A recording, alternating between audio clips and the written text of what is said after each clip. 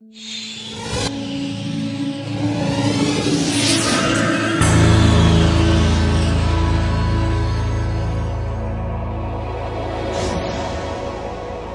you for having me here, Gintale, wherever you are, and inviting me. It's a real honour to be here to talk to you about this. I've come from the community I live in Somerset today, so I've come quite a long way, so I hope I can share some of these ideas with you.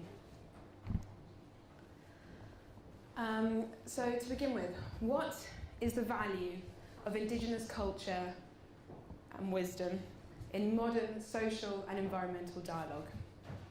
Well, to begin with, I'm going to tell you how so far we valued Indigenous culture.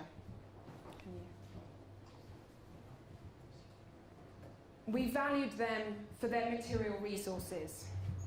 We valued them for the oil that is beneath their ground. We have valued them for their cheap labour.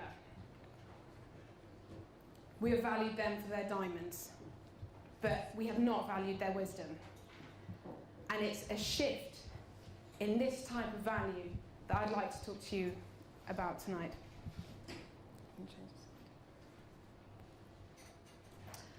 I am, as the presenter said, half Nicaraguan. I grew up in London. My mother's English. She was a TEFL teacher. But I felt quite lost in London personally. No offence to city dwellers. I felt overstimulated and overwhelmed. I struggled a lot. I felt that a lot of the things I enjoyed were actually more of a simulation of the way that I was naturally supposed to do things instead of the actual way that I was supposed to do things. This is a picture of a mestizo man in Nicaragua. He will be mixed African descendant and indigenous Nicaraguan, which is what my father is. And here he is dancing one of the tribal dances, and a picture of a man collecting bananas.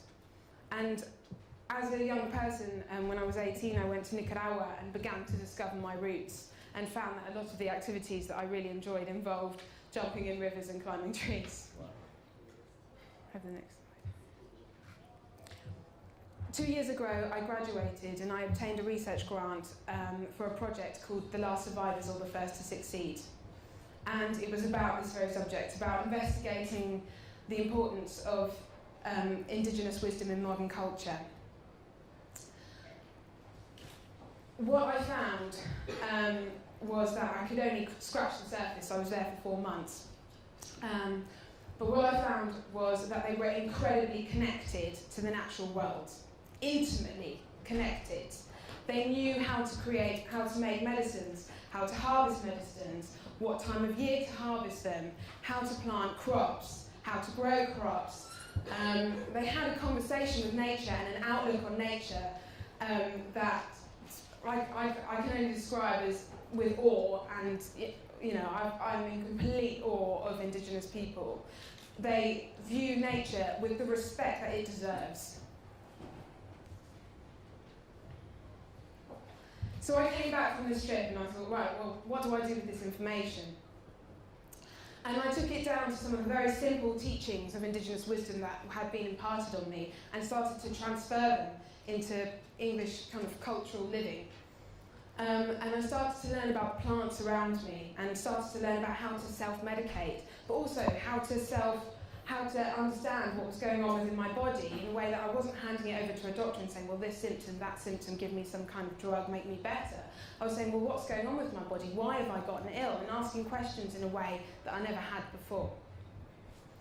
Another part of that was in digging for clay and learning to make pottery from the earth. So I was thinking about nature, but I was thinking about myself as part of nature, not myself as separate from nature. I led a project called Totally Locally in Cornwall, where I was working with young people at risk of exclusion, which basically meant that they weren't particularly academic, but they were a fantastic bunch of kids, and I took them out to a clay pit in Cornwall, because Cornwall has loads of clay. It has Chinaware clay, in particular porcelain, and they couldn't believe it. They couldn't believe that clay existed naturally in the ground. They couldn't believe that you could eat natural wild plants. They thought that every plant had to be cultivated. And the truth is, if you look at the nutritional value of a lettuce, it's not actually very high. Whereas if you look at some of the wild plants that you eat, for example, seaweed, just one example, it actually was ingested by the Japanese after the nuclear bomb went off, because it helps to get rid of toxic waste in your body. It's a cleanser.